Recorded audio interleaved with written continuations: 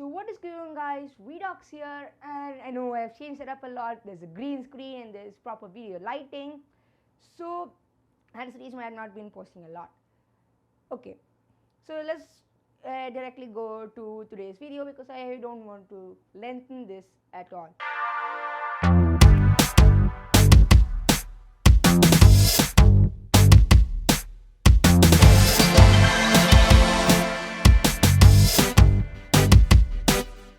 I just wanted to be crisp and short as possible. So Nokia was once the world's biggest smartphone company. But due to some bad decisions, they actually went out of business. Microsoft bought them and then they made even worse products. So the entire company was dead, and now HMD Global, another company, is using the Nokia name to revive it in the form of Android smartphones like the Nokia 8, 7 Plus, Nokia 3310, the new one. So one of the main reasons why Nokia failed because was the reason that it chose to go to Windows Phone. When Android and iOS were clearly better operating systems, they had more app support, more dev support, and they had better features that were useful in real life. While Windows Phone was still a relatively new kind of operating system, and in today's smartphone-filled world, any kind of new operating system is kind of hard to justify. Ubuntu Phone was supposed to come out, but due to the fierce competition, they never released it because of this. So they chose to go with the bad platform. That's why people thought Nokia failed, and that is one of the main reasons. So after that, Microsoft bought the company, renamed it to Microsoft, released a few Lumia phones. They did not sell well, and then they shut the company down. Then recently, HMD Global, another company, bought the rights for the Nokia name and is actually making smartphones, Android smartphones, under the name of Nokia. And here some one or two nostalgia devices like the 3310. So when you talk about Nokia and Windows Phone, people usually say, "Phew, it's a bad device." Well, the operating system was. If you forgo the fact that it was running on a relatively new operating system that was not at all well supported, they were good phones. I have a Nokia Lumia 730, which is one of the last phones they made. It is a mid-range phone and it's surprisingly good to use. It feels great in the hand. It has been dropped. It had a few share of drops. Still is good. The core operating system is Windows, and you can't do a lot with it, but you can do like simple stuff like browsing, consuming media. That's like that. And Nokia was a company which was extremely fed up with cameras. Almost all the phones I knew, all the phones that I have experienced, they all have had Carl-Zeiss optics. You would think that in the higher models, because all of them are flagships, this was the first mid-range device. And to my surprise, it had an AMOLED display and a Carl-Zeiss camera. It came at 2014, 2015, early 2015. At that time of the year, these kinds of features on such a low price was unheard of. It was like the OnePlus of mid-range. OnePlus was a company which they strived to make smartphones that were basically flagships at mid-range prices. This also had equivalent features at a lower price. It was not in any way competing with them, but it was almost like that. Sure, there were lower phones with LCD displays and like really bad cameras, but this was a budget phone. And it was surprising for me to realize that it is such a good phone. After I bought this phone, used it extensively for like a year, and in like early 2016, I bought the OnePlus 2. So what I did, I just threw it on the closet and forgot about it. Like 4 months ago, I picked this up again because I broke my smartphone, and I was using it, and then I realized how good it was. Like, the operating system was seriously, it was, after you use Android and iOS, it's completely different. But in the other aspects, they were really good. The camera was good. The speaker, even though it's like kind of tiny, it was also good. The display was awesome, and those are the reasons why I have not sold this yet. I hate to sell this. I love this device so much. I even tried vlogging with it, but I'm not going to post those because they were my first tries and they were meh. not that. It was unexpectedly good, the device.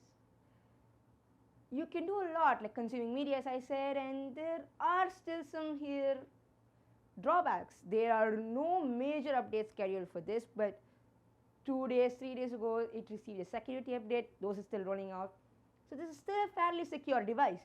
So one pro to this Windows phone is that like not a lot of people use it. There's very little market share that it's really safe. There's no viruses, there's no hacks, there's no backdoor anything, because not a lot of people use this. So hackers don't try to hack Windows phones because not a lot of people use them.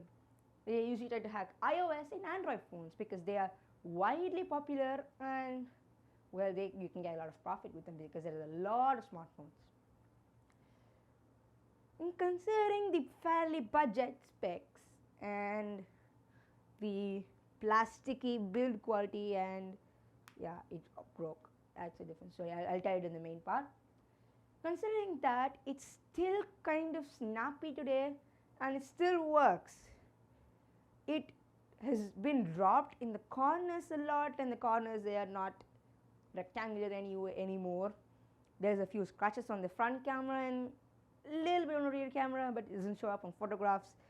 It's a lot of scratching in the back cover, and but still screen is flawless. I guess that is due to me putting in a screen scratch guard, but it has no side effects.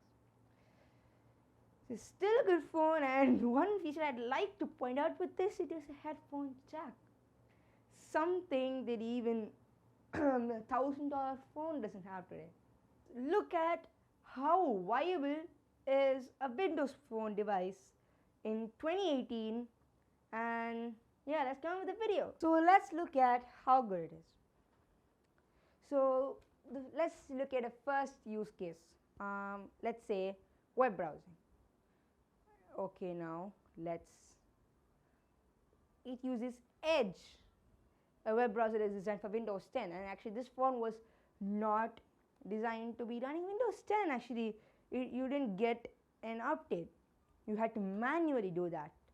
That's the thing that happens.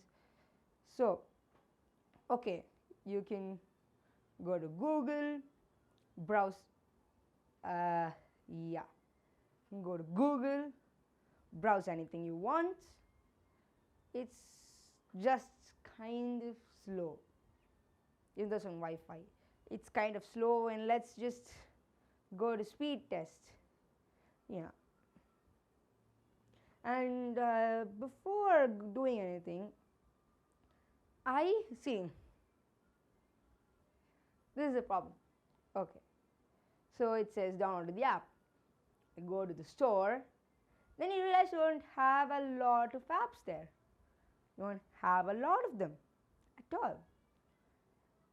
There are a lot of games, but there's not a lot of, there's a player for YouTube. That just shows how limited this is. Yes. Okay, let's just look at top free apps because that's what matters, right? It's kind of slow, as you can realize. See, okay, there's WhatsApp desktop for some reason. There's iTunes, I guess for desktops. There's VLC, there's Share It, there's Instagram, there's Facebook, Dolby Access, Ghana. It's a kind of Spotify where I live. Netflix, Adobe Photoshop, Messenger, Savants again, like Spotify. There's some other apps. There's PixArt, there's Unzip, and there's other regional apps. So all the social media apps are here, but you can't find any utility apps like speed test or any new game. Top games. Okay, there is what? More filters. Okay, available on mobile. I was searching for the wrong thing. See, this is a problem. It shows desktop apps on a smartphone. I don't get why you'd want that. So there's Candy Crush Saga, Asphalt 8.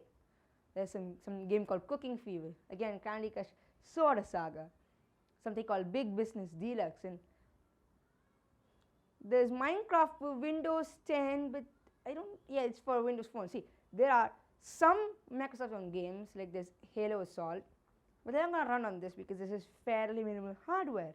This runs on a Snapdragon 400 with running at 1.4 gigahertz, with 1 gig of RAM, and an Adreno GPU. There are some games, but most of them they look kind of cheap, like badly made games. They are mostly there, but there are some good games like Asphalt 8 are one, but that is one reason why this failed: lack of app support. Okay, now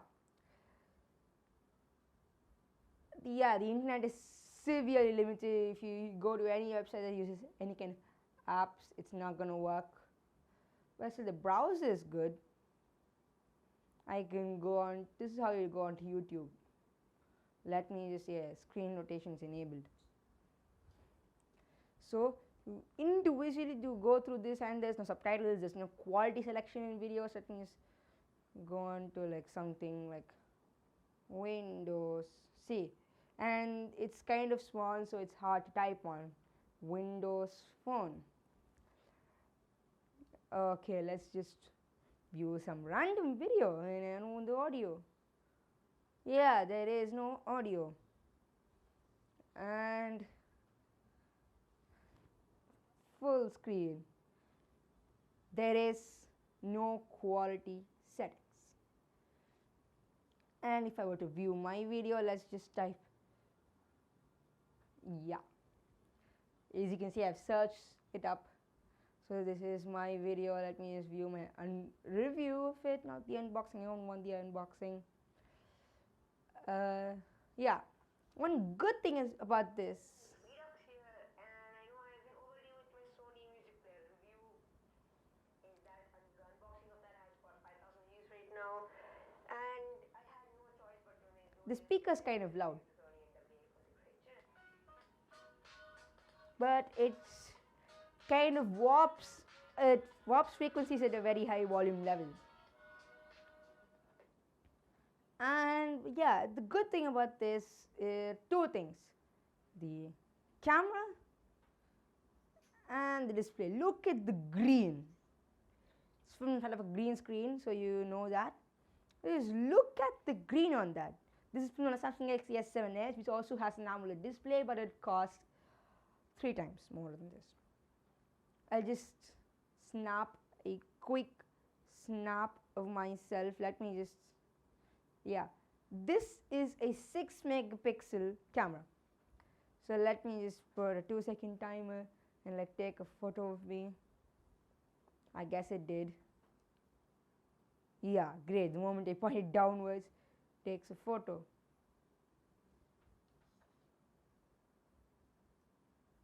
Wait, did it? I don't know, it didn't take the photo. Let me just try to do it again. See, it took a photo of the floor. That is great. Click.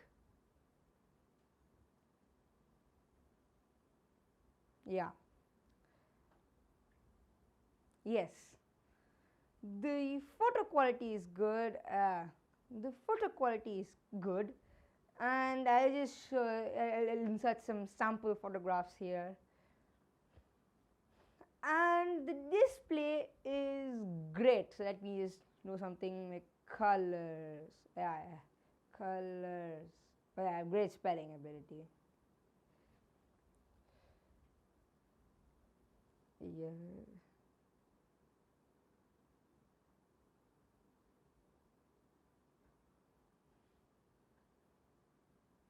I just typed AMOLED. Yeah, let's watch this Sony video.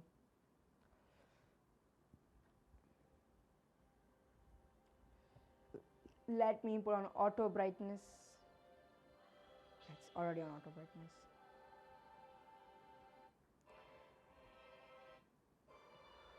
Why is it all black and white?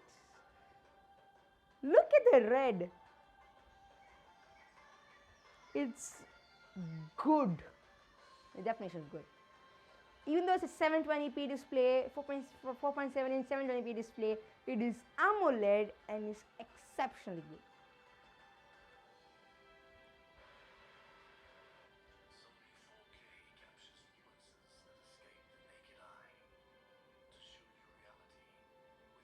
Yeah, what's great thing is also on 4K, and this video is also you're watching on is on 4K. Great. So there it is. It is great for media consumption, but it's kind of slow, the Wi-Fi. But if you could find a way to load the videos on this and view it from storage, it's going to look exceptionally good because of the AMOLED screen. And the AMOLED screen makes this possible. The buttons here, they blend into the thing because there the pixels are turned off because the AMOLED technology basically says wherever it is dark, it'll turn off the pixels there, not like LCD which has a backlight shining through it, so there's going to be some grayish parts. But see, it's going to be perfectly blending in. So, what can I show more? There's a calculator for those who like. There are mobile versions of Excel, PowerPoint, Word, OneNote, OneDrive, and there's some primitive games like Subway Surfers. There is Skype. There's a voice recorder, and yeah, I would like this phone actually. Right now, I'm recording on another smartphone. So there's the Xbox app. So let's just get on to the conclusion. You can do a lot in this. So, conclusion.